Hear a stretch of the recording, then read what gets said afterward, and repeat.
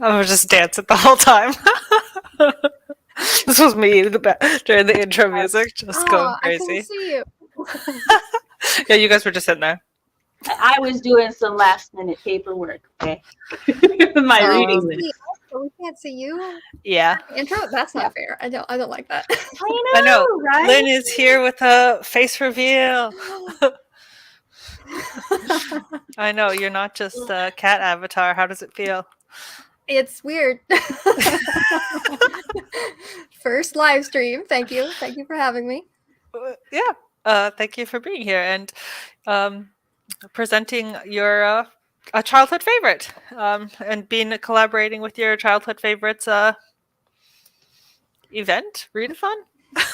Yeah, so it's the year of favorites, and then this month is the prompt is childhood favorites. So I messaged Violet and I was like, could we collab on something? And I think I gave you like a few books, and this was the one that you picked. So Yeah, because other people were interested. Yeah, because Yeah.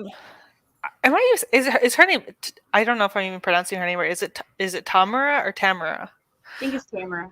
Tamara? I'm not sure, but people have talked about her books. Like she's like pretty legendary, so she's a known name in fantasy. So I was like, this is the chance. You like presented me a opportunity on a platter, so I was happy to accept. Yeah. I like learning about books that are super popular that I've never heard of. So you hadn't heard about this one? Nope. Wow. Okay. Which is I not definitely new. seen the cover. It had been familiar. Yeah, it's totally not the book or author's fault or anything. I'm just very, at this point, I think notorious for not having heard of 3/4 of the books that we read for the nostalgia train. So I feel like I'm supposed to say things like I you're supposed to do a light introduction and your experience with the book. Yes, that's true. I have no experience with this book. I just said I've heard of the author. I know that she's a big name in fantasy, childhood fantasy. But yeah, Wild Magic in particular, didn't read it as a kid, didn't read any of these books as a kid. Knew the covers. I don't know why. That surprises me. Okay, so the book, I checked this. I looked it up. The book was first published in 1992. But the cover that I remember, which is the one used on this thumbnail, which is maybe the one that you're talking about as the one that you remember, that's the one I also remember, and it came out in 1997. So I assume I read it around then. I would have been around 9 or 10. So I didn't really remember much of like the plot going in, but I remembered that I had a good time. I remember the vibes. So I did read another series of hers that's set in the same world, which we can get into, but it's Alana, the Knight. Yeah. Has her own series. Is this the follow-up series? Because when Alana like came into the book, I was like, oh, I know her because like I was gonna ask if you got like the impression that she was an important person or not. Yeah, because I've heard of the other series. Like, okay. Yeah. Yeah, so I read the original Lioness ones and then this series, and I like this series a lot better than the original. So when I was thinking about like childhood favorites, I remembered this one, and I should have gotten it off my bookshelf. Somewhere is the book 2 of this series. I don't know why that's the only one I have, so it must have been the best one of the series with Dane. And yeah, so that's kind of my experience with the book. I didn't remember why I liked it, other than like it had animals in it. If you're looking at my year of favorites Google sheet, and you look at my childhood favorites, a lot of them are animal based. So there's like the deer one, the bat one, Silverwing. Firebringer, and then this. So little Lynn was into animal books back then, so that's a lot of what I read. Yeah, so I was excited to like reread it, not really remembering anything about it. This was okay. Hi, I'm Sam. This was my first time hearing about the book, the author, and reading it, but I had a very good time. When the night ma'am came in, the lioness, I didn't get the feel that I was supposed to know her. So that's interesting, but I will also admit I was going to dedicate yesterday to reading the book, and then I slept a lot of the day, and I was like, tomorrow I need to read the book. And I looked at the date, and it's like 10 o'clock on the 25th, and I'm like, oh, tonight I have got to read the book. So I didn't take my usual notes, and I read it a little faster than normal. But I enjoyed it. It was good. Yeah, well, like I had mentioned to you guys, I read the book quite fast, and a lot of it left my head already. But yeah, I was working with my library hold because I did have to kind of strategically place my library hold to get this in January, and then return it. So my library hold expires tomorrow, so I had somehow planned that perfectly. Yeah, I had been like, the first week of January, it was like, do you want this book? And I'm like, absolutely not yet. See, I took it, right? Oh, I had to take it because I was in line for it. So if I gave it up, I would not have gotten it back. Oh, Cinder I have already, but I also own a physical copy of Cinder. So that's not an issue that I have Cinder now already. Yeah, our Libby app, if you're not ready for it, it has a deliver later option. So you keep your place in line. So it's risky though. I abuse that so often. Yeah, I didn't want to risk it. Let's say hi to our friends. Somber Writing Books is here with the horse. Yeah. Lynn! Friends! Lynn, I love that sweater. Look, it matches the background of the StreamYard that I have going on. Does. Hi, face reveal. Hi. Wow, face reveal. Never read anything with Tamora Pierce before, but I'd heard a lot about her books, yeah. Mm-hmm. The cover of my ebook had a badger on it. Very cute. Yeah, I like the badger cover too. It's cute. And it was quite a ways in before like the badger was in the book, right? And I for a long time I was like, why is there the version with the badger? Like, this is a horse book.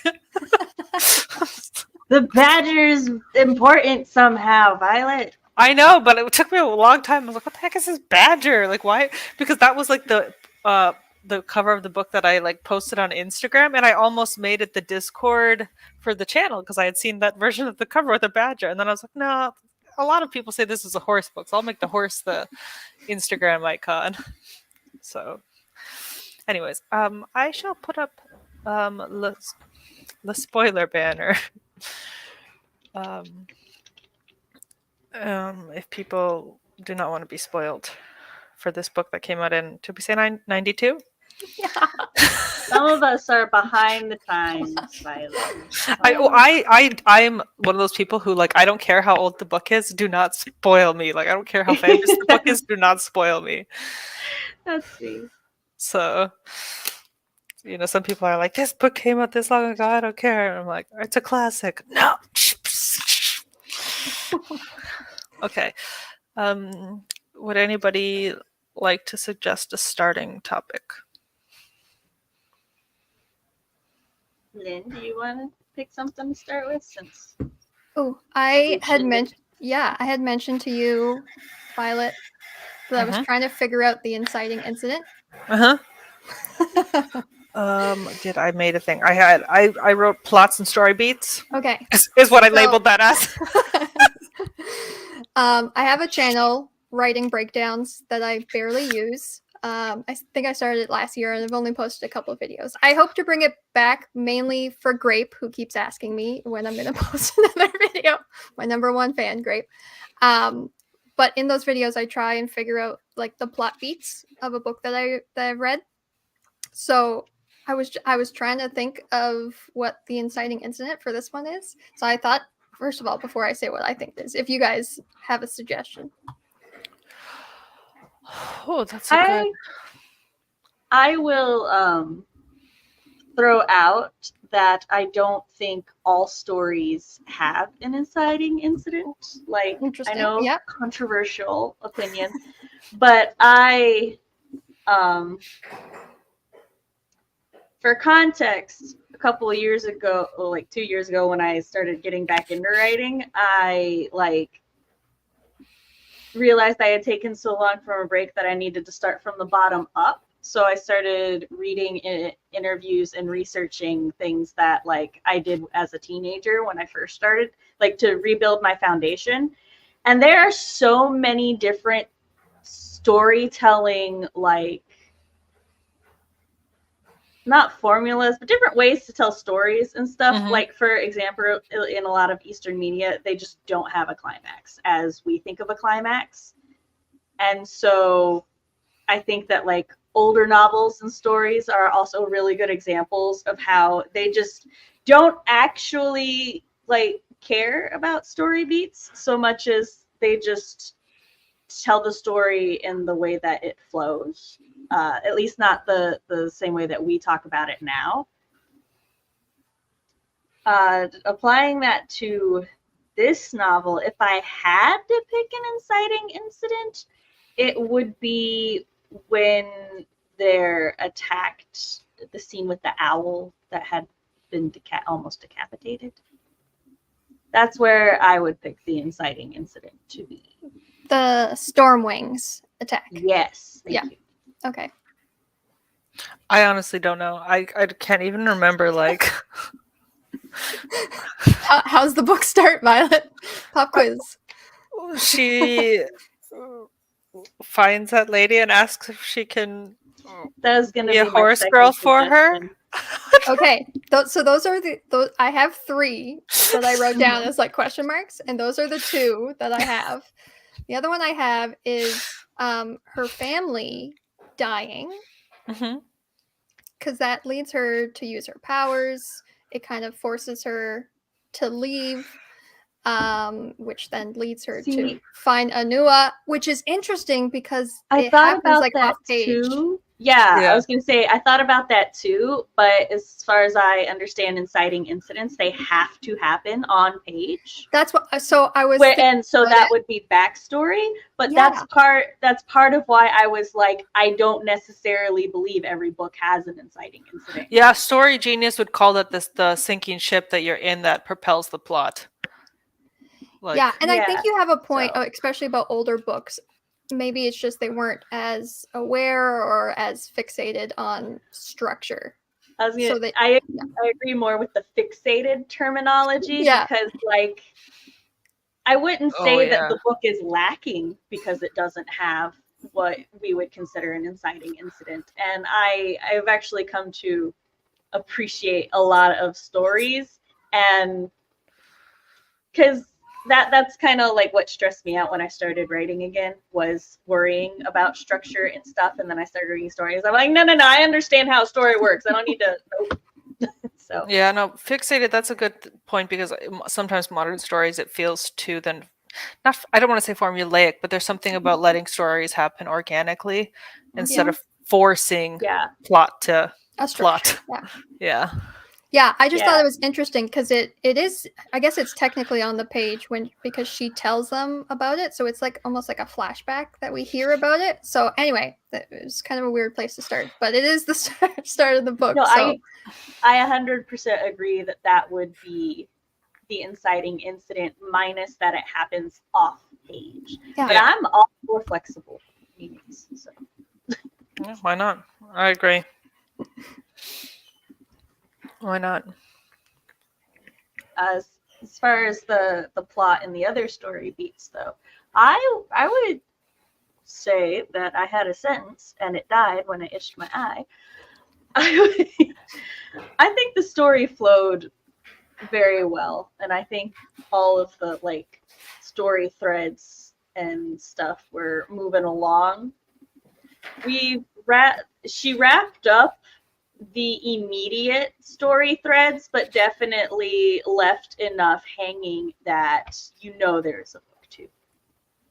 We need to find out what the fuck is up with the badger spirit thing and why her dad had horns. I mean, I have a guess why, but like, I need confirmation. Yeah, I put in my notes like, is that her dad? I don't remember, but that's also the feeling I got from that. Yeah, I guess I'm thinking about the end. The end felt a little rushed, maybe. I guess that's how she wrote it, though, because like Dane falls asleep after like helping. I can see that because we don't have the cool down, so it would. Yeah, so we don't see a lot of the fighting, like that's happening. I kind of prefer that. I was going to say just how I was going to say that too. Like it's not a bad thing. It was like we got the highlights of the fight, and then we're like Dane passed out, so like we wake up, the fighting's over. It's fine. I joke about doing that all the time. It's just like, my MC passes out. You don't need to find that. Excuse me. Sorry. I don't know if do you want to talk about pacing here too? Or yes, I have a separate one for pacing. Basic. Just because in my notes about the end, so it felt a little like short, but I didn't mind it. And the only thing I felt like, so spoiler alert, the banner's up.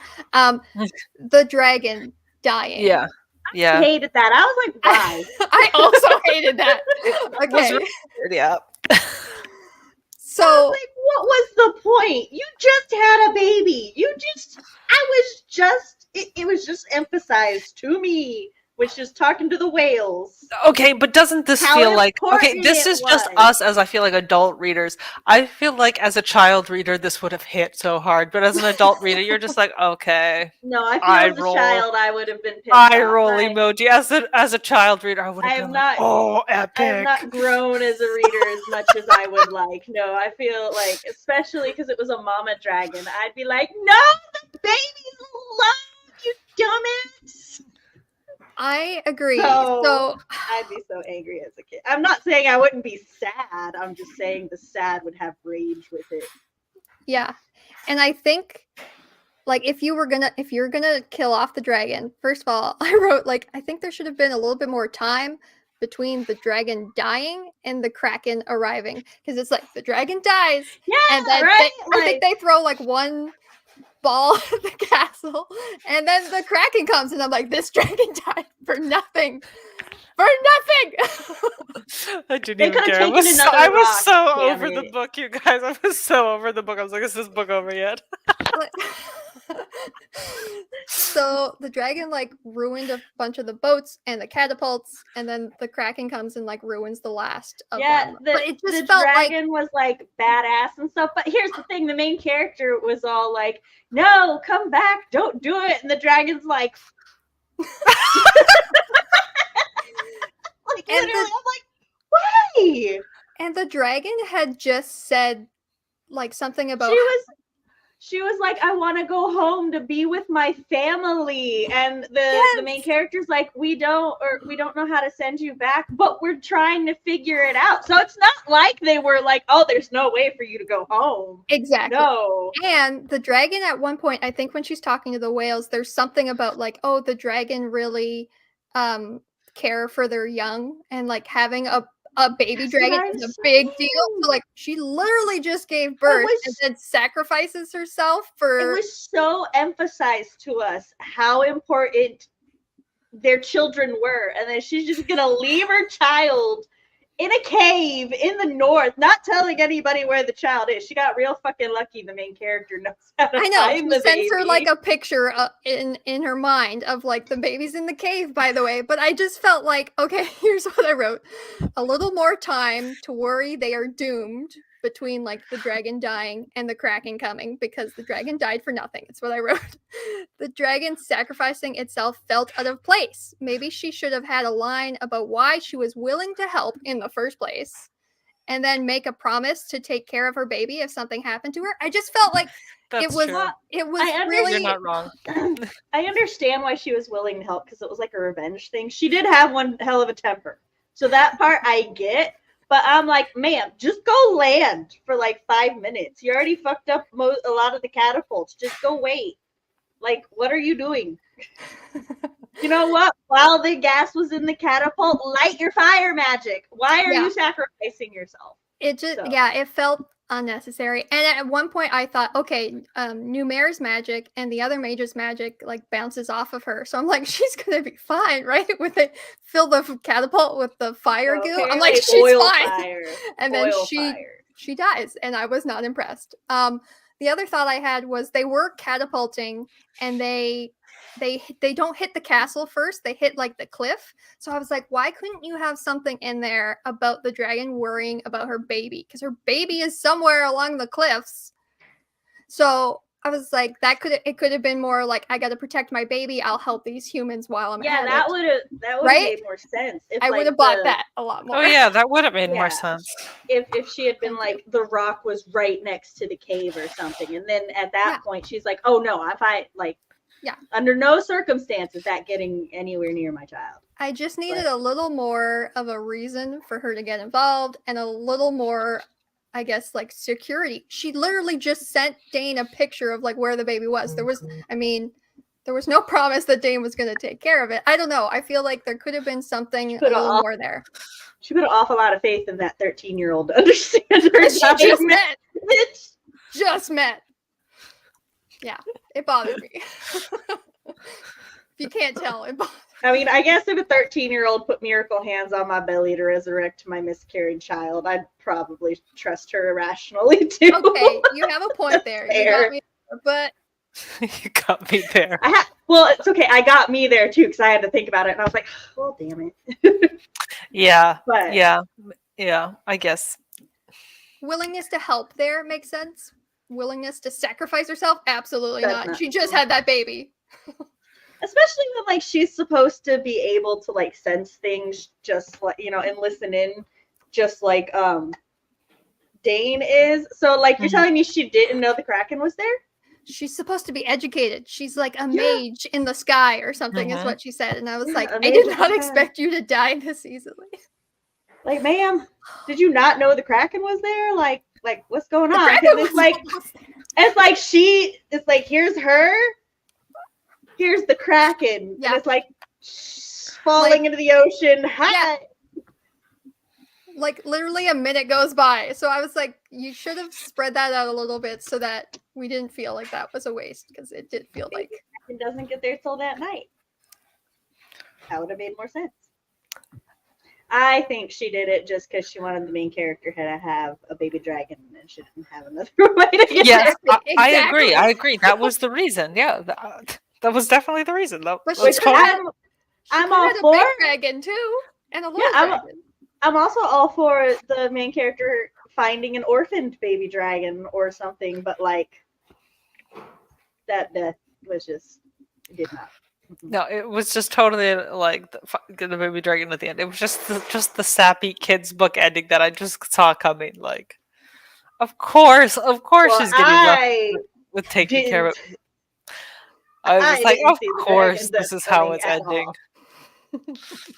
As an adult reader, I was like, okay, but as a child reader, I would have loved it. As far too competent for me to think that she was gonna die in such a way. And like magic bounced off her. So what were they catapulting? It was something that they had magicked. They Molotoved her. Never did I expect a dragon to be Molotoved to death. Oh, so sad. I'm gonna switch the banner. Let me see what have we got. Oh wait. I was saying something. I just realized the shapes in the background are moving. I thought I was losing my mind. Yeah, you're losing your mind. Gaslight. What about? Oh, should I go with Horse Girl or prose and writing style? Chapter length. Those are all good. Horse Girl. Um, just this character's Horse Girl. I didn't realize I just tacked this onto the existing characters discussion, which makes it funnier. I love it. What do we have to say of the discussion topic, Horse Girl? As a past, present, and future horse girl, I was here for it. I loved it. I love her horse whose name escapes me. Cloud. Yeah, Cloud. Even I remember that one. I'm sitting here like Clam, Claire, dyslexia at its finest. Yeah, I mean, it was definitely, if you bought this book because it had horses on the one version of the cover, or actually a few different versions of the cover, I think it promises on having horses. It actually was more horsey than I thought it was going to be. It delivered. I didn't know it was going to be a horse girl novel. I think I vaguely recall somebody saying it was, but I forgot that. When I thought it might be like more fantasy, all different animals, but it definitely had a good dose of horses.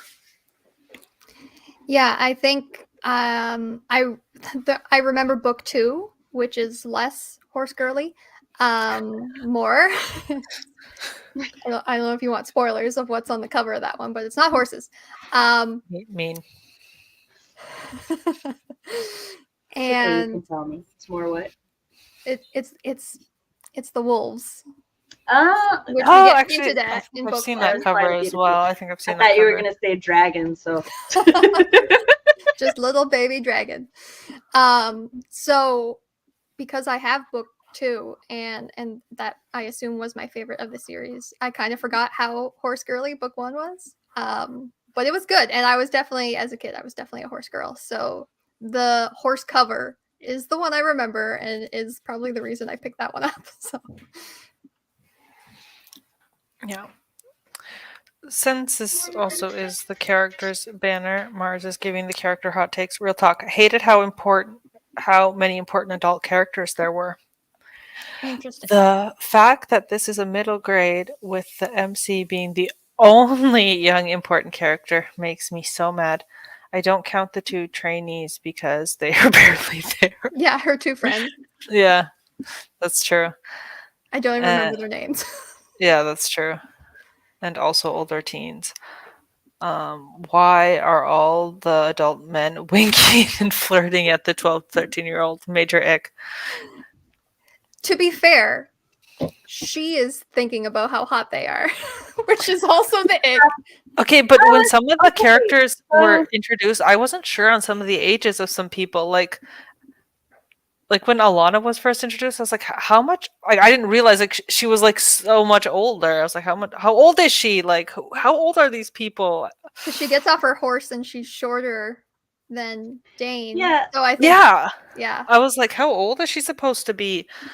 And then they have kids, and I'm like, whoa. Yeah. Then she's like, oh, my kids. I was like, what? My husband. I was like, what? I'm like, Dane, how tall are you? I need to understand that line of dialogue all of a sudden. I was like, oh, okay. I thought we were talking to somebody in our peer group-ish. Maybe not. I think Anua really could have been younger. Like, they could have made her younger and it still would have worked. She's like the OG horse girl, I think, in here. I mean, oh, for sure, yeah. Dane is all about all the animals, but Anua. I'll say I didn't mind at first the adults, because she was like getting there and they were talking about like they'd get to the trainees and stuff, and then like I was a little like, on the one hand, how much she crushed on like the king and the other like adult guy. I'm like, okay, that's kind of fair. She is 13 and they're being very charming. They're not like being charming toward her, especially the king, because he's married, and you know, Anua is like, oh yeah, basically just everybody falls for his charisma because he's the king and all that. But then like, she had none of those feelings for any of the trainees in her actual like age range, and I'm like, this is Yeah, I and think then it like her two trainee friends just at some point it's nobody else in her age group. yeah. I think too she's not used to adults I forgot he said giving that. her attention. So I think that kind of played into it. Like I don't know, she suddenly felt really important. But yeah, there were some lines where I don't remember which of the men she was talking to, but he asked her to like use her power to do something, and she was like, "I'll do whatever you want." And I was like, "Meh, no." Yeah. The dialogue was sometimes weird. I also noticed it. Yeah. But again, sometimes I was wondering what was just the awkward delivery of the audiobook and what was like sometimes I wasn't sure, and I actually paused the audiobook and was like trying to just like in my own head think Read the the line. lines. Yeah. Yeah, just think the lines and like is this weird on how its would own I- or is it just Like, how would I have interpreted this Yeah. line? It is I will from say 1992. I listened to it on 1.65, and so the mild chipmunk always colors some of the some of the things. I told you I didn't remember till last night, and I wanted to get sleep. I also Normally- listened to it sped up. Oh. I can I like Numair. Yeah. I don't. Were things creepy between him and Dane? I don't really remember. I might have. Oh, the sorcerer? Yeah. So I don't think so. He had a mate. very like older brother vibe. Yeah, to I me. agree. Numair was He like probably definitely- one of the better characters. He stepped into a mentor role. I remember initially being concerned because I was like, "Oh no, how is this gonna go?" But that's just because of how many other books I've read with oh no moments that there was nothing actually in the novel, and he's like naked the first time she meets him. that too. But like he was a bird, so I'll forgive him. He was a bird. I thought that was cool. If this Like- was first person, I feel like I would have been more okay. Yeah. Yeah. Okay. I get that. Actually, since we kind of talked about it, Oh. I just put audiobook. I didn't even like write anything. This is how lazy I was with the banners, guys. Just because this audiobook was was an interesting why does this audiobook exist in this production? Choices were made. I enjoyed the audio. You would, Sam. You did not. Did you? You had the Did full you have cast. the right one? I had the full cast. I had a full cast one. Yes, mine had an orange cover.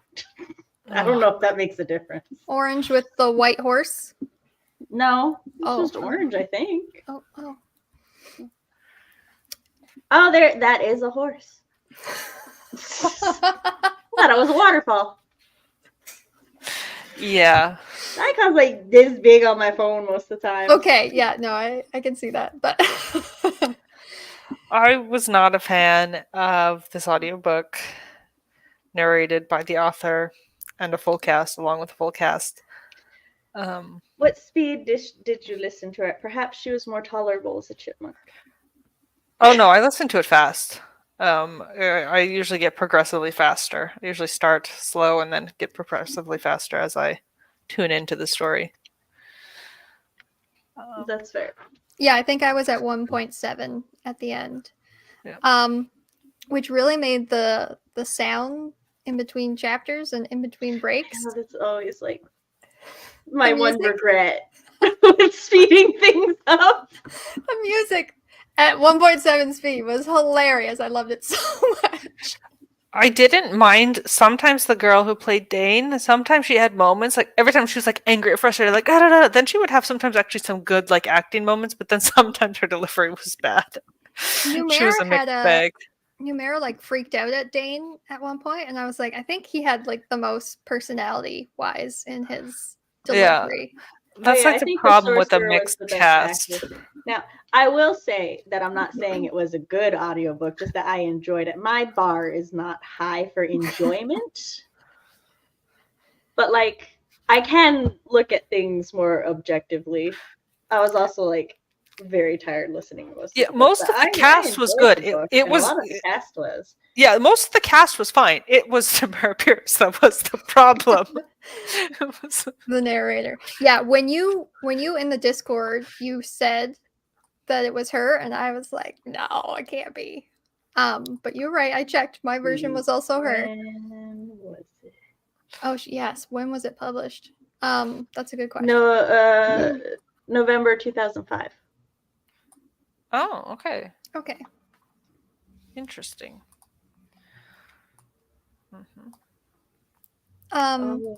It took me a minute to realize that it was actually like a full cast. Don't know about you guys, but like I'm so used to the same person who's narrating doing all the voices, so I just thought whoever was doing them at the time, I didn't know it was the author, was like putting on different voices. And then when you were like, "It's the narrator is the author," Yeah, I was like, because "Oh." I saw it listed said a full cast including Tamara Pierce, and I was like, is she the narrator? And I had to go down like a rabbit hole to figure this out. So I was like, it can't be. It is. I think I didn't realize it was full cast until the sorcerer spoke, and then I was like, that voice is that actor is far too different from the narrator to be the same person. Yeah. I wonder if she wanted to do the narration or if the company wanted her to do it. Like, I wonder whose idea was it? Yeah, because sometimes it's ego and other times it's the publishers. Right? forcing. Like, I'm like, she's probably big enough at that point that she could be like, I Could you want to do it. imagine? Yeah, but could you imagine not wanting to do it because you're like, I'm not good with reading out loud, and they're like, do it anyway. I don't know, Violet, specifically what bothered you. Is it? I find she was very monotone. It just seemed like I don't know. I feel like if you're reading your own work, you would know where to put the inflection. Yeah, It's like you wrote it. Yeah, I think that's kind of what I noticed. Is I was like, this could really put me to sleep. Yeah. Yeah, it felt disjointed. I And will say, what was the other book? When we did the live show for Graceling, it had 2 audiobooks as well. It had a full cast version and a solo audio, and people also really didn't like the full cast because it was the same thing where it feels like the narrators all just the actors, what do you call them? Like record Voice their actors. bits. Yeah, voice actors have their segments recorded like just out of context in a booth, and then they stitch them all together. Like they get spliced and they don't sound cohesive. So one person is screaming and the other person is like, okay, and the other person's like, ah. It just sounds awkward. That must take so much more time to edit than like a normal, like, it seems like a very expensive project. Yeah. Just in terms of like editing, let alone you have to pay all these people. Yeah, for a worse product where like just pay one really talented narrator or 2, Yes. At the very end of the audiobook, they list out all of the voice actors and like which characters they play, and I was kind of surprised that they didn't have like this one voice actor that did this voice and this voice and this voice. I'm like, you could have done that. Like, and I barely noticed that there was a full cast at all, so you could have definitely used the same people over for the minor characters. Yeah, I don't know. They used it's some a weird people choice. for because they were like additional voices by the cast. For like tiny roles, maybe. Yeah. Yeah. Okay. What other banners have I got? I've got. I will say in mild defense of the author, voice acting and narrative acting is very different from writing. So even if you know how you want your story told, that doesn't mean you yourself are good at telling it. Yeah, for sure. That's what I mean. They're 2 different skills. Not everybody's a Neil Gaiman who can do both. That's totally true. It wasn't the worst audiobook I've heard. But it Oh wasn't no, the not best. by far. It's in the middle somewhere. In the middle somewhere for sure. I agree, but and also part of it is like we just said, also just the 90s, early 2000s of it all. Okay, where are we? Mars mentioned the chapter lengths. Again, since I did audio, I didn't really notice the chapters. I Oh don't. my God. I don't notice chapter lengths. I think I stopped noticing chapter lengths in my late teens, early 20s because I stopped having the leisure to read full chapters in one go. So now I'm like, I don't even like, sometimes when I'm taking my notes for these, I try to break them up by chapter, and then I'll like, the last one I wrote was like chapter 2, and I wrote all these notes, and then it's like chapter 5, and I'm like, shit. So I cannot contribute to this. Well, I did notice a little bit because if I wanted to go back in the audiobook, you can go back by chapter, and I did notice, ooh, they are pretty chunky. Yes. In the audiobook, I'm just looking. So like one of them's 45 minutes. Another one is almost an hour. Like I did notice there was like 58 chapter 7. Chapter 7 continued. I was gonna That bring was that weird. up. Like that's how you know they're long. It's like chapter 5. Chapter 5 continued. Chapter I was 7. like, I don't know that I've ever seen that in an No, audiobook. and like why? It did bother me. I like short chapters. So because it's just like, I don't know, a better place to stop. But there were kind of natural stopping points throughout the chapters. So that was kind of nice. But at the same time, I'm like, why didn't you end the chapter there then? Yeah. Especially where this is for a young audience. Can you imagine, like, your kid's like, I'm just gonna read one more chapter before bed, and it's like an hour later. Like, And then you get to the end and it says chapter 7 continue. No, I'm just kidding. Because I'm sure in Like- the regular book it doesn't say that. That's just probably for the No. audiobook, for the audio chapters, but still. I love the that. chapter's not done. And it's only, the whole book is 10 chapters. Oh gosh. That's the 10 whole chapters. book, guys. There's an epilogue, but I was like, no, you definitely, for a younger audience, you definitely should have had more chapters in there. Yeah, I agree. For a young audience, that's just ridiculous. I was about to feel very attacked. I'm like, no, the novel I'm working on only has like 11 chapters and an epilogue. Then you added like for a young audience. I'm like, Yeah, for a young audience. Because yeah, the same thing. Reading for young kids. Mhm. Yeah, especially now with their attention spans are getting worse. Yeah. Hate long chapters. For some reason, reading like 5 chapters that are 10 pages long is so much easier than Yeah. reading one 50-page chapter. I would agree with that. Like in my younger years, like I would have felt more awarded for having finished 10 chapters than having finished one chapter. So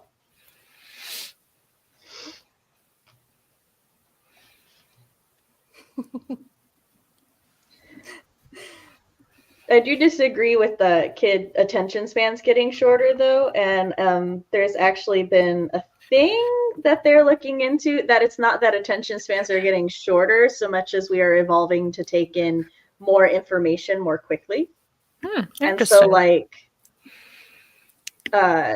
yeah, so we just don't need the same amount of time to take in as much information as we used to. How do we feel about prose and writing style? How do you feel about the prose and writing style? It was not for me, per se. I would have never guessed. I expected it to be worse. Mm-hmm. Because just of like the time it was published in. Fair. So because my expectations were low, I didn't find it that bad. I did write down, she said younger sibs for siblings in chapter 8. And I was like, absolutely not. How dare. That was the only, in terms of like Was that in the narrative or in dialogue? I think it's in the narrative because she's talking about the kids of the queen and Alana, and that they have younger sibs. I was like, in dialogue, I'd give it a pass, but in narrative, yeah, no. I don't know about that. It's in chapter 8 if you want to find it, but that's probably an hour-long chapter. I will take your word for it. Yeah, so I guess I expected the style to be an older style, and therefore I didn't mind it that much. It could have been worse. I've read worse from the early 90s. Yeah. I will say, seeing the cover style that I have with the orange bar and what I thought was a waterfall, the style was what I expected it to be. And having read lots of books like that in my childhood, I was like very neutral on it. It's just like, oh yes, I recall these writing styles. Yeah, I mean, I do think it's readable. Also, like, it's very consumable. Yeah, it's not too confusing for a child audience. It's a good level to get into fantasy. A good entry point for fantasy, which is, a good gateway to fantasy. Yeah. I did notice there's not a lot of description. No. I assume that's on purpose for a younger audience. I don't know.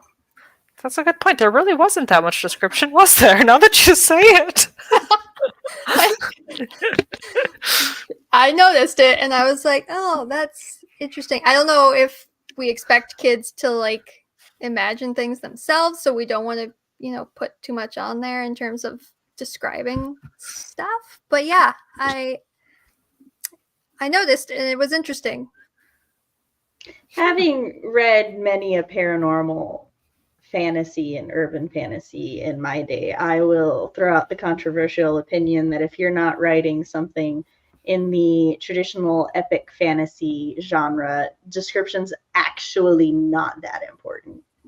And a lot of audiences won't notice or won't care.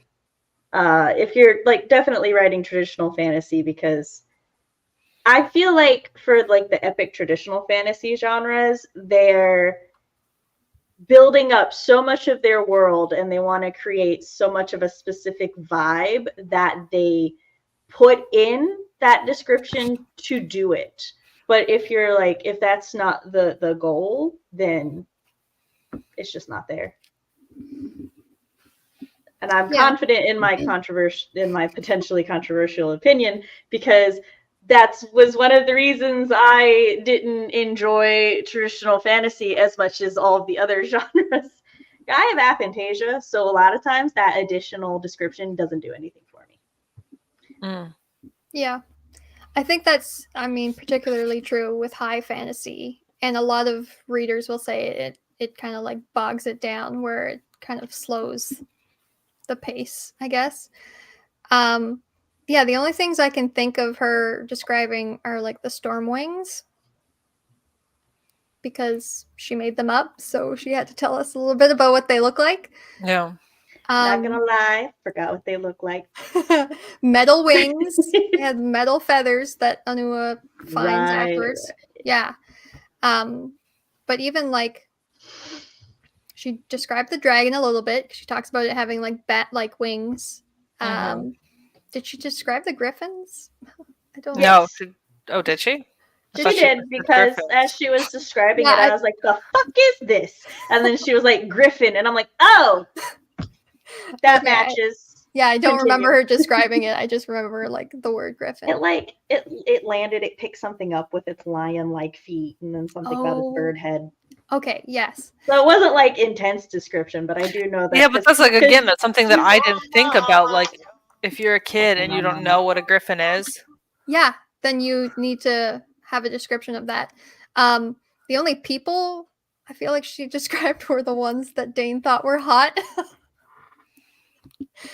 And then like the castle, did she like describe the castle? Oh, but did she describe like? No, she described some of the people vaguely. No. Or did she? I don't know. Sorry, going back real quick. Like to your point of if you're a kid and you don't know what a griffin is, I'm an adult. I know what a griffin is, and I was still fucking confused because she's like this bird flying around, pick something up with its lion claws. I'm like, what? And then she's like griffin, and I'm like, oh, right. I don't know that that's how I would have the order, but yeah. As far as I think she described more their vibes and their clothes. I think clothes were described more than. I guess like their armor. If they're wearing armor, that would have been described a little bit. And no, she did describe the people because the one guy who's in charge of everybody. I definitely remember she described him as black, and then there was another person that she described that's as what I dark thought brown. too. Yeah. So yeah, she did describe people. Yeah, I remembered that too. And if who else? I feel like she had a couple people who she gave like a couple like short little descriptions of. Yeah. But I can't remember anybody's names. Anything else? I think it was Sarge that you were talking about, Sam. That she described. Sarge. Yes, Sarge. Yeah. I remember him. I'm blind. Well, I'm blindly trusting Lynn with all of the names. Yeah, I remember him. Okay, there was another what's it called, banner that I wanted to discuss. This one, magic. I wanted to talk about the magic in this book because I think it's cool. And the book is called Wild Magic. I always enjoy when they're like, yeah, there's different kinds of magic, and I'm like, because that's how I feel magic should be. But so yeah, I like that, they were like, oh, well, there's people with the gifts, and her mom had the gift, but she didn't have the gift, but she does have like wild magic. And yeah, this is like the part of the book that I liked the most. This I thought it was gonna play more. Part of the book that you like. This is it's what I was interested in, like the premise that she had like a connection to animals.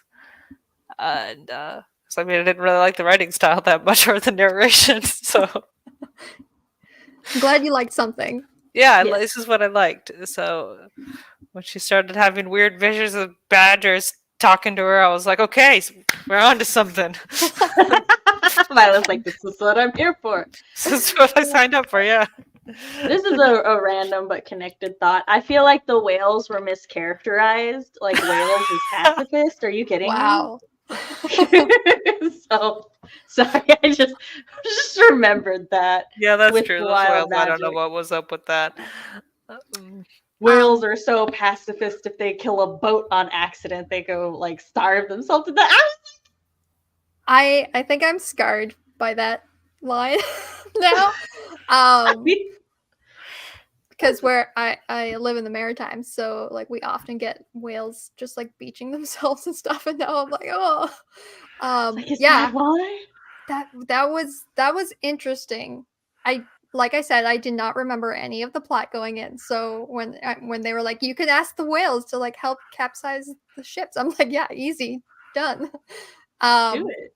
I think it's interesting that she even like considered forcing them to do it.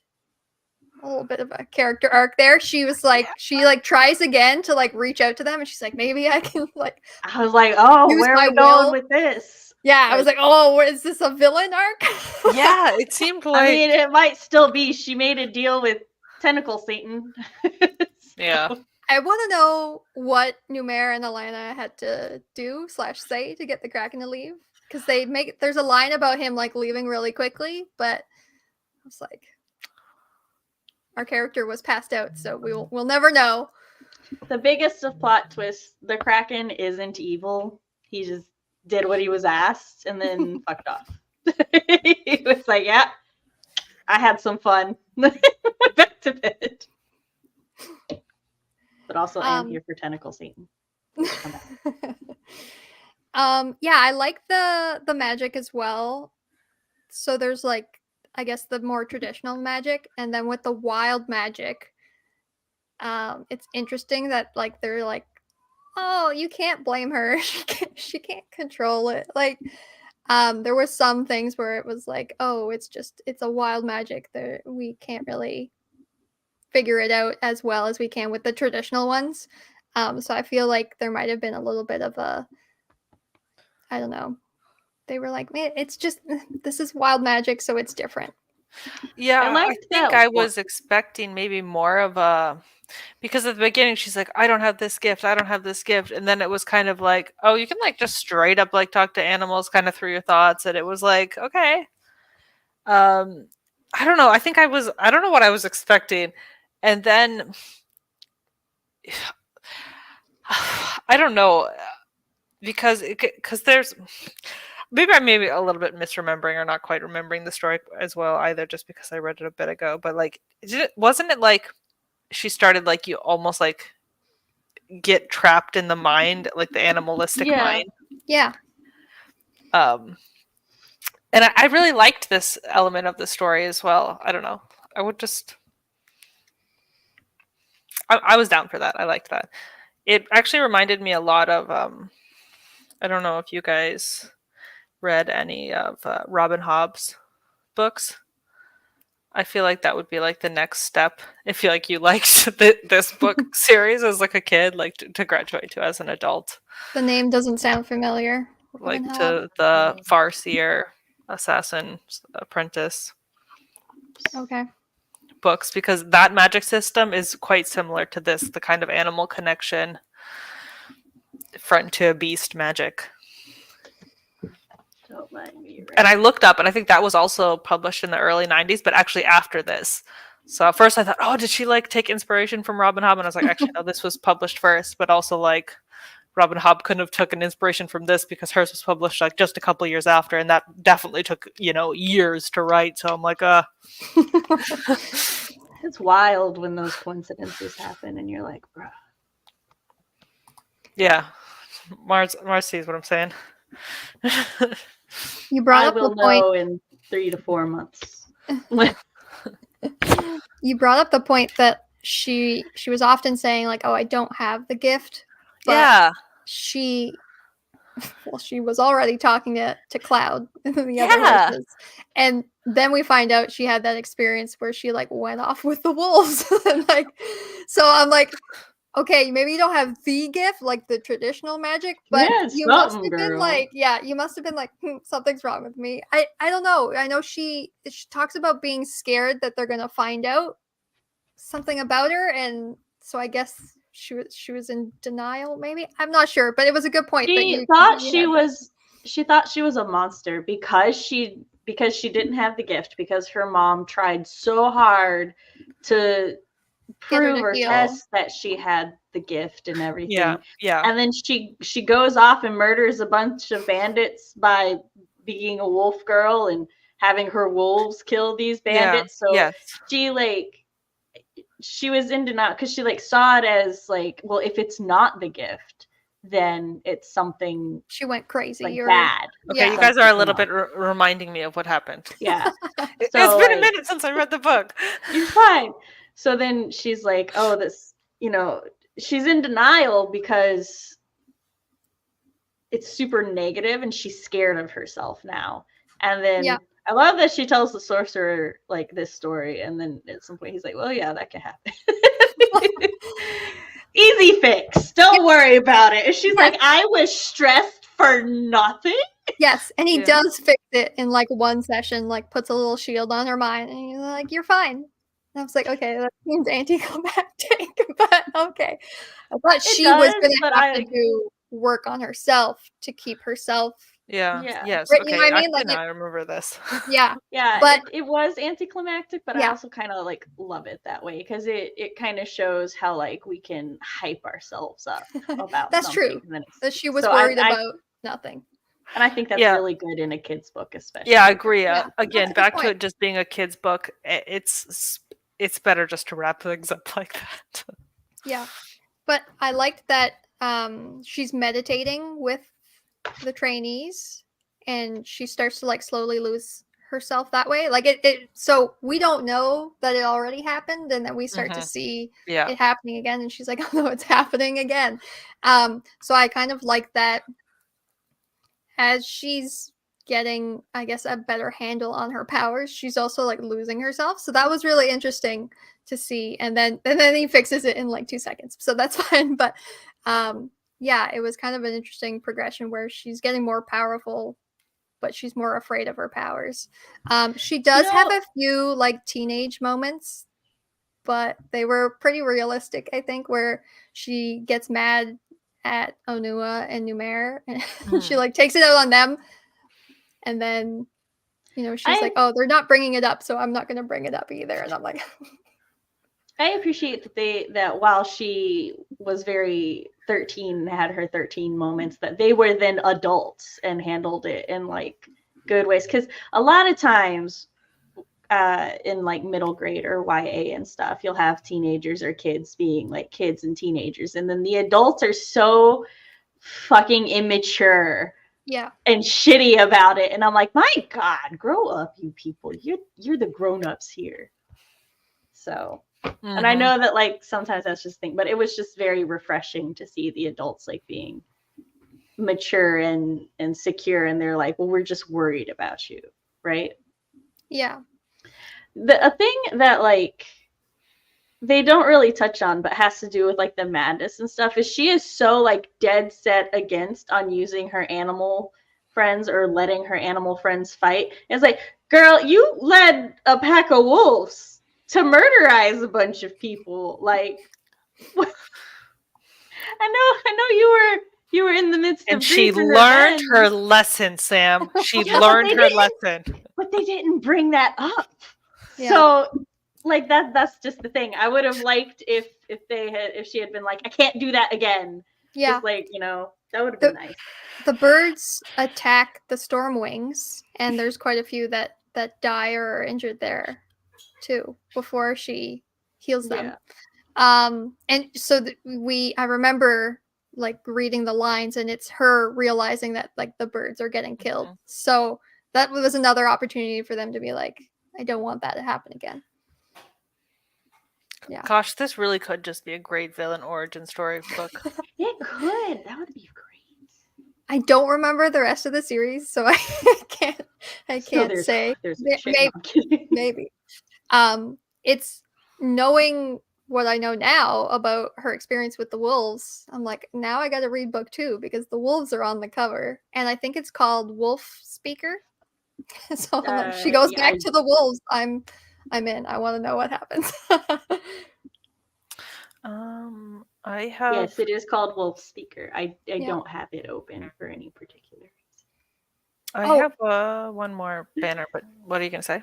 Oh, just about the magic system. I don't remember the magic system in the book with Alana, the lioness, but there's another series that's in a different world, and all of the kids in the books have like elemental magic. That was a good one too. Elemental is also one of your favorite themes. It is. What one is that? Oh, I don't know. It's far down on the list. Yeah. Oh, it's December. Oh, all the way down on the list. I knew it was down there. Yeah. Okay, my favorite banner. Wait, there's a comment. Not sure if I want to continue the series. Part of me wants to read the series to come earlier in the That's time. That's where I'm at, Mars. Because I like reading things chronologically. That's a good point.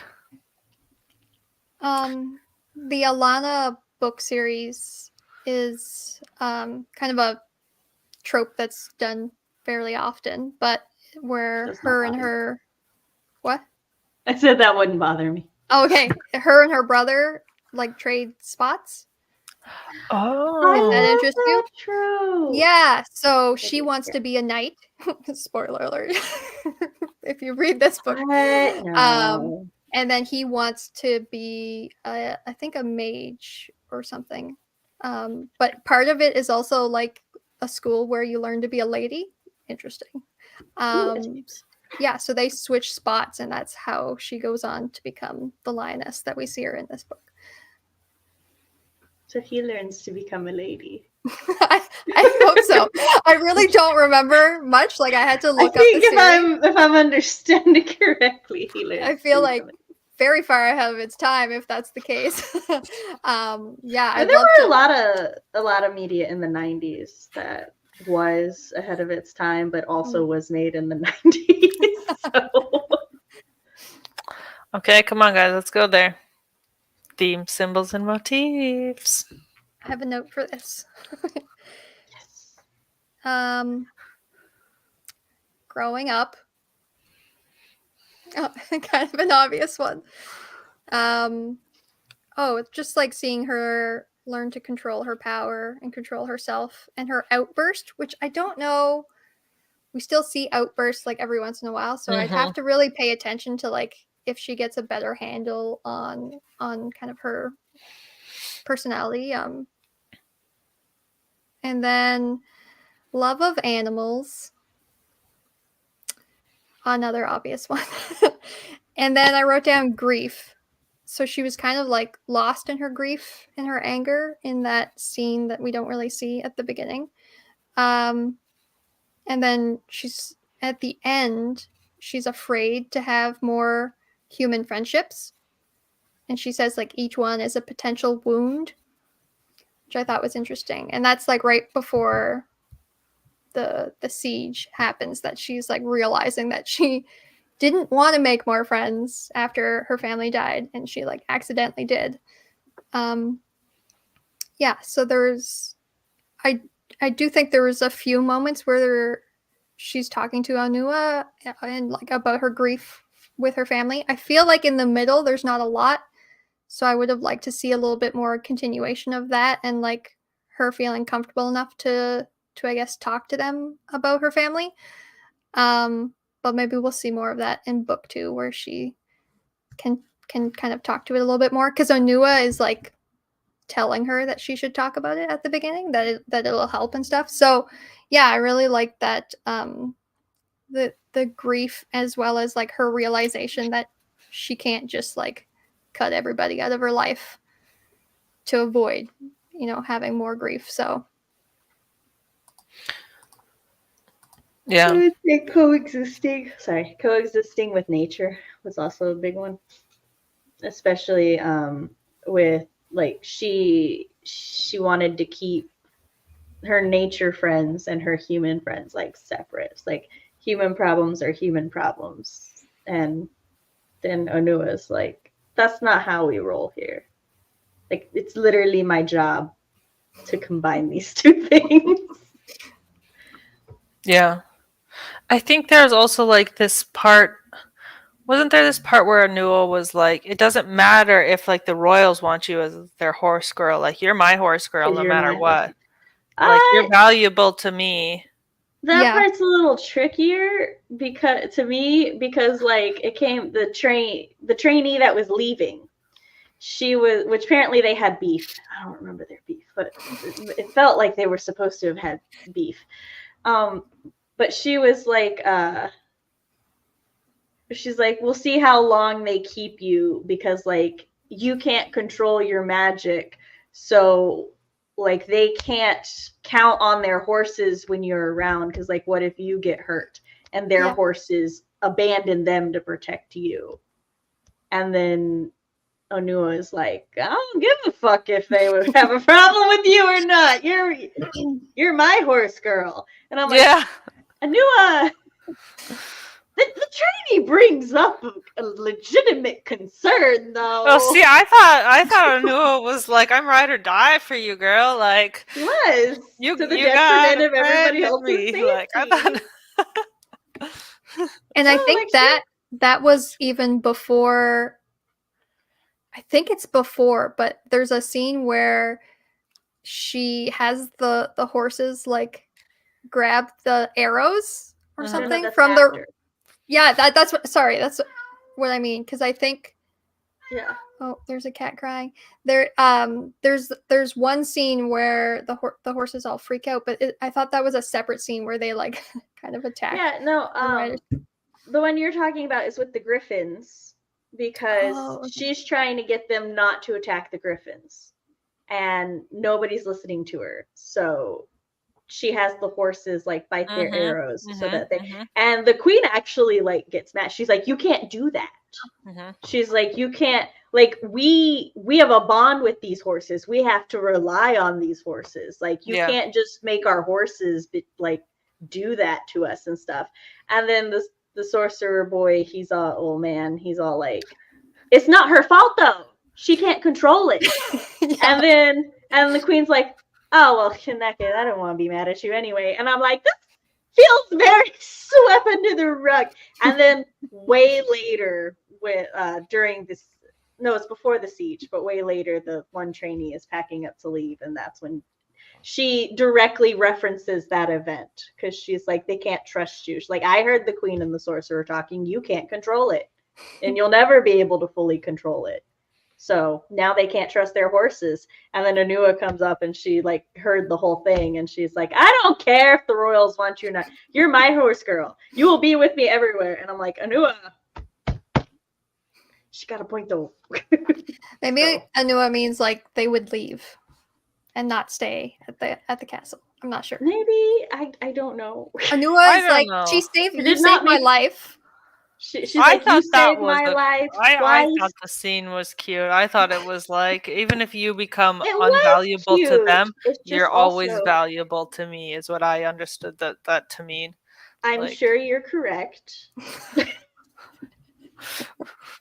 Well, clearly I had like reading comprehension 0 reading this book. No, like I'm very sure you're correct, and that's what you're supposed to get out of it. But I'm also like, if I were on my horse, I would be pissed. I would be like, No, that's true. No, it's like they Only had a one point life if or they death would leave her, but situation like here. it's not that it's not like they would abandon her out of a not valid critique. It's a valid critique. And yet they all offer her a home at the end. That's true. Nobody cares anymore. They're like, it's fine. I mean, it is sweet that they're like, "Oh, well, it's not her fault and everything." And I'm like, yes, I don't think you should blame and ostracize the girl, but perhaps thinking of things that could fix or help this might, have a talk with the horses before battle or something. I don't know, just not ignore it entirely. So I think the real theme is everybody loves a horse girl. Whales are pacifists and baby dragons are cute. Obviously. Or as orphans. I'll agree with everything, but whales are pacifist. I just can't. Well, I'm just analyzing the text as it is, Sam.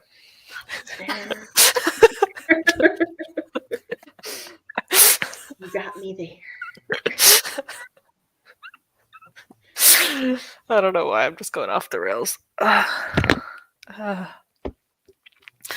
If they were so pacifist, they shouldn't even be able to kill themselves for killing others. Those whales were so just sassy, but I mean, it was funny. It was just funny. That started the book just started getting kind of comical to me. I think they were like, "You know what?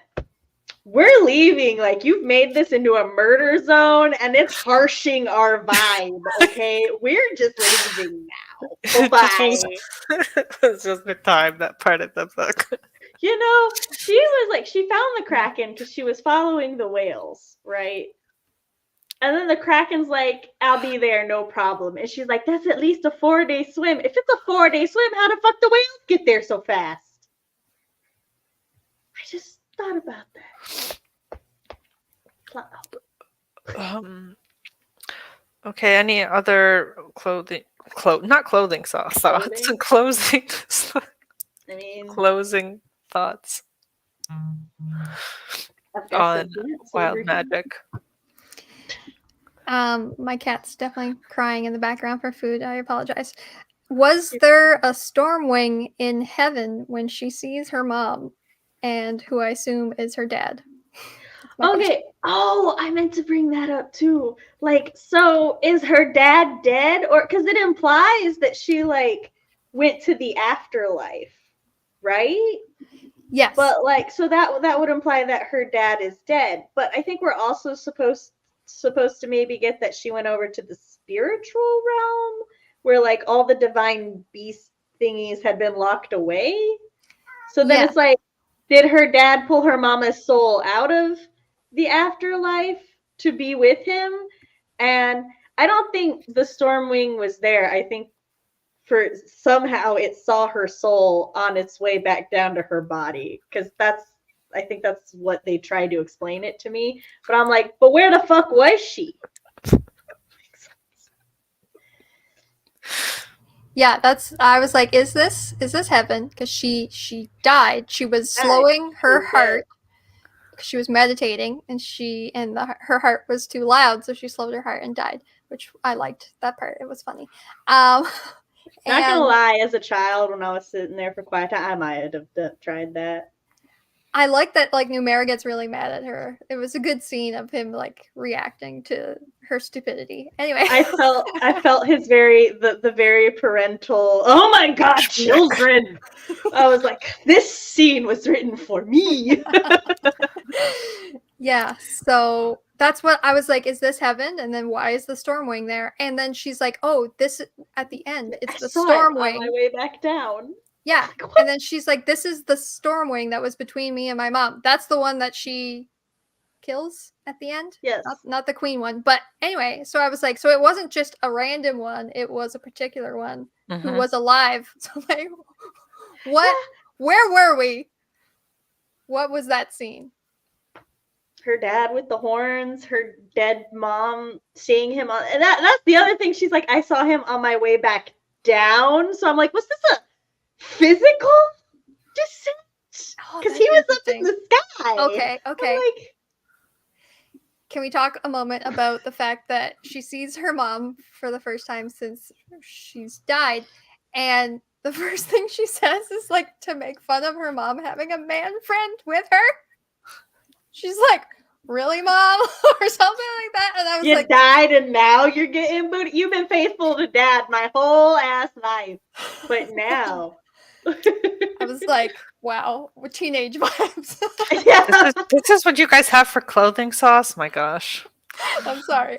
It was just one of my comments that I was like, where were we? What happened? Is that her dad? And like Sam said, if so, is he dead? I don't know. I don't know either, actually. I found another note about pacing. Sorry. Interesting that they only added the ticking clock around the halfway mark when the badger gets mad at her. And it's like, time is running out. And I'm like, dude, you had multiple dreams before this where you were like, by the way. I was also wondering about that. Progressing fine. Well, like, I can kind of see the badger's thing there, because like she's progressing fine, but then at that point she halts her progress and goes backwards. So I guess he was like, yep, she's on schedule, she's doing good. What the fuck, child? I think Tamora Pierce was just like, this book needs some tension. The better should just say that.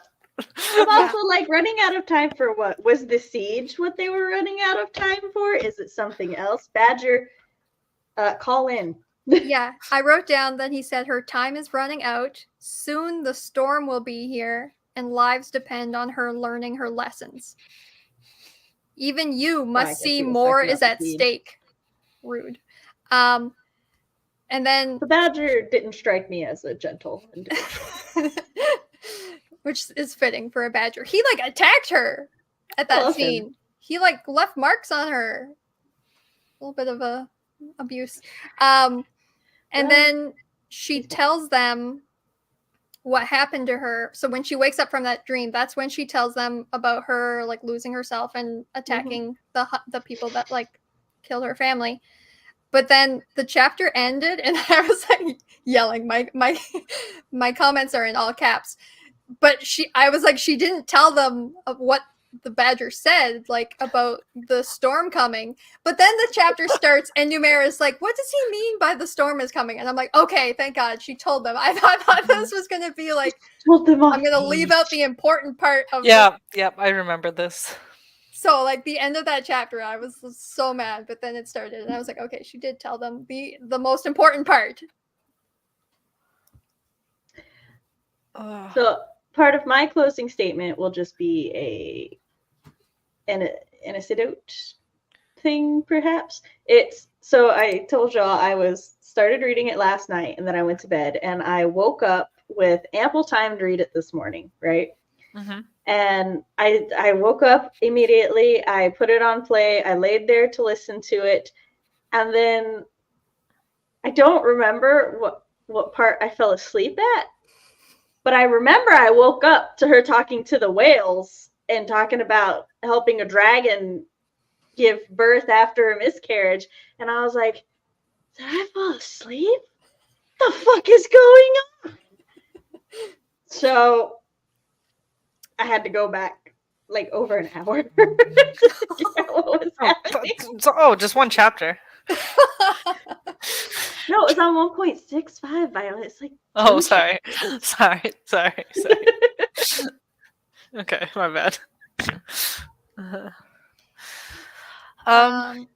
Yeah. Oh, Anua had just no. I remember what happened. I fell asleep when the lioness was like leaving, so then I fell asleep right before the siege and everything.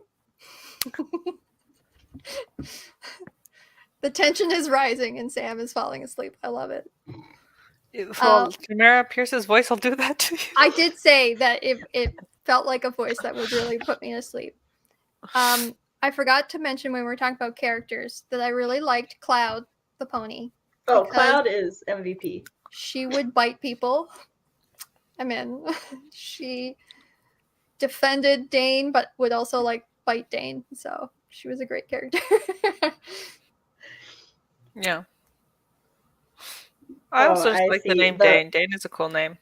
The badger grabbing Dane's shoulder aggressively and leaving marks is abusive, but Cloud biting her arms all the time is fine. I see your priorities, Lynn. She barely leaves a mark. I like the badger. I don't care. I love the badger. He's great. I was just happy when the badger showed up. I was like, oh, so there is a badger in this book. Okay. I thought it was false advertising. I thought they just put a badger on one version of the cover. But he's got some connection to her dad that we don't know about. That's true. He said something about like knowing her when she was a baby. Like too. Knowing her dad. Like he was like friends with her dad or something, and then after like her dad disappeared, he had like made the badger promise to look after her. And the badger was like, which I was totally gonna do, but like time works differently. And so, I didn't realize it's been 13 years. You're not a baby anymore. Have my claw. Like, ominous statements like that. Yeah. Have a piece of my body so I don't lose track of the clock anymore. Oh yeah, that would be totally like, a symbol that. I was like, interesting. And he gets mad at her for like leaving. He was like, I couldn't find you. Like, where the fuck did you go? I forgot that was the other reason. That little guy. Yeah. When she sees her dad in heaven, she says something about him having like green on his skin. Did anyone else notice that? I was like, is that his magic? Or that's what I was thinking too. He just have green skin. Yeah. Like it might be his wild magic, but yeah, also, magic for sure. I'm not throwing out that he may have green skin. But her wild magic is a different color. Like when she sees wild magic, so I thought it was that, but then I was like, it shouldn't be green then. Anyway, that whole scene confused me. That's fair. Yeah, valid. Totally. I also the badger. I'm gonna say I love the badger, but him existing as a badger like confuses and intrigues me because I'm like, okay, so everything else in this other realm is a magical creature. And then we have a badger. Is he more than a badger? Or is he just like a weirdly magically powerful badger? Badgers are majestic. They're magical. What can I say? I'm much more of a badger girl than a horse girl. I'll take it. The badger cover is what sold you on it? Yeah. Just like badgers. I don't know. They're cute and vicious. What more can you ask for? Violet recognizes her own. It's fine.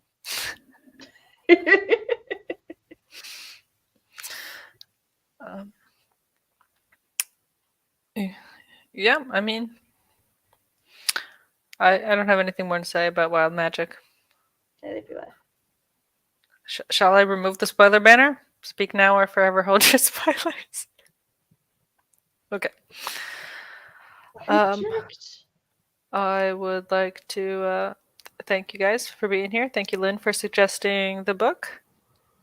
Yes, thank you. I have another 2 series to read.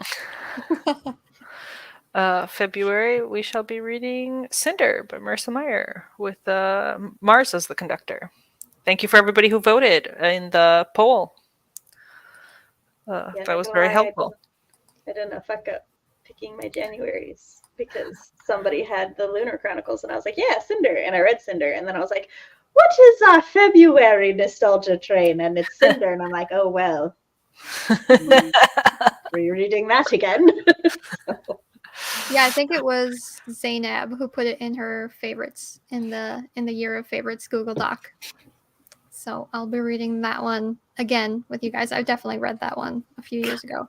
I've never read it, so I'm excited that it won the poll. It had been behind, and then I went and when I went to check the final, I was like, "Whoa, when did Cinder pull ahead?" I thought we were going to be reading Selection, and then all of a sudden, Cinder took the win. I was like, "Oh, okay, I'm fine. I own both of those books, so I was fine either way." I've actually read the Lunar Chronicles, not as a youngling though. I read it recently because my sister and my husband really enjoyed it, so I was like, all right, I'll read it. I have a friend who's been Cyborg Cinderella was the retelling I didn't know I needed. So. Thanks and bye friends, see you next month for some sci-fi fairy tale bullshit. Parentheses. Do you guys have anything else you would like to say, promo at all? Anything? Lynn has the Year of Favorites readathon. It goes all year. It's like the only thing I linked in the description. Linked in the description. The only thing I have, really. I do streams on Mondays 7 to 10 p.m. Central Standard Time, and I've started doing Whip Wednesday, which is where I am not allowed to work on anything but Save Her Soul, which is my current whip. It's every other Wednesday right now. And I did it this week, so not next week, but the first Wednesday of February is my next one. I like the alliteration. Very nice. I am hosting the 3 Nuts on Monday on my channel. I need to make a thumbnail and schedule that. So that's what I got going on. For the stream. Okay. Oh, wait. I have to roll the outro. I can't just click the button. Bye.